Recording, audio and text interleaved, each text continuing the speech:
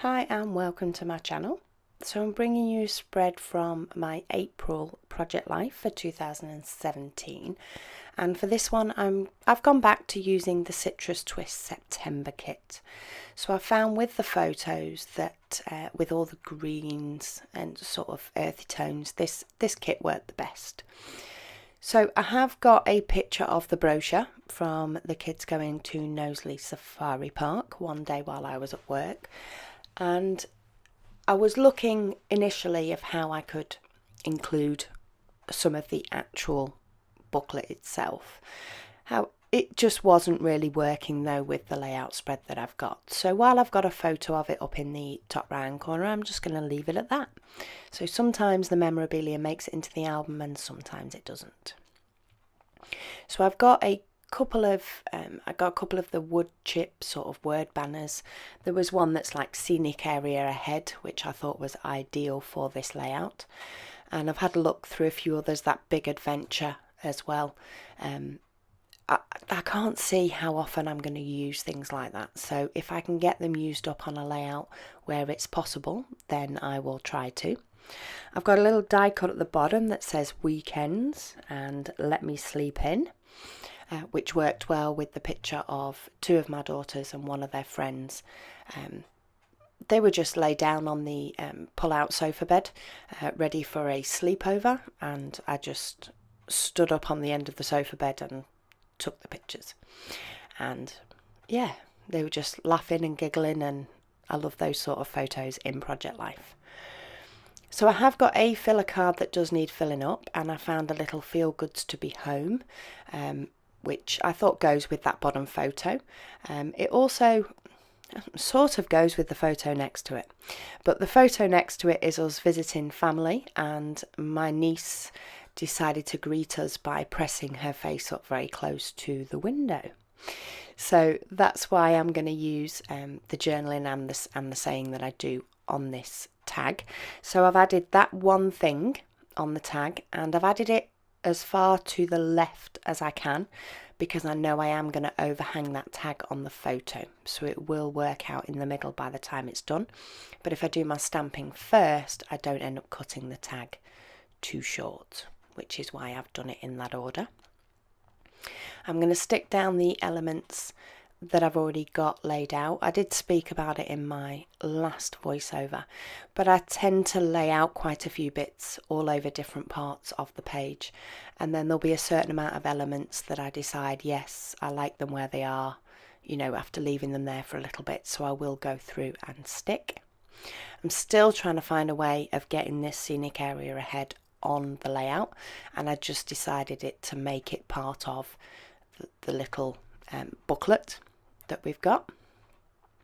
And then I'm going to move down to this picture of my son. So this is my son's school photo from school, and you may notice that in the bottom right hand corner it is a plain white piece, and that is just because it is a card he got from school on Good Work. So he got a postcard written home, but it does have our full name and address on it.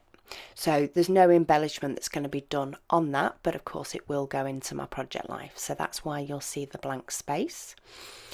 And then a lot of this now is just my final finishing touches, so I have got my stamping on my layout, even if it is only that one phrase. And I'm going to pop some of these little stars that came in the die cut pack around in a couple of places. So firstly I'm actually going to end up popping 3 around the photo of my son. I did look at bringing in some flowers, but it added in an extra colour that I didn't really have at the moment. So things have been kept very neutral on this spread, and I find it works for the picture of my son as well as the fact that there's a lot of outdoor photos. I've brought in this little puffy heart. That will move, but it will stay. That's in a like burnt yellowy type colour, which I found worked very nice. In fact, it matched the lion very, very well. But then I found this chipboard little word called family. So I decided to use that in my journaling and just put, so the whole journaling reads that one thing that shows you a visiting family. And that's in involving the stamp and also the chipboard sticker. So if you can get things incorporated into your journaling, that is always a good way to try and do things, making the embellishments work for you and work for the story you want to tell. So I'm going to go back to this other card that I know needs something else, but I'm not quite sure. Again, I tried bringing in a flower, but just the fact that it was red wasn't really working.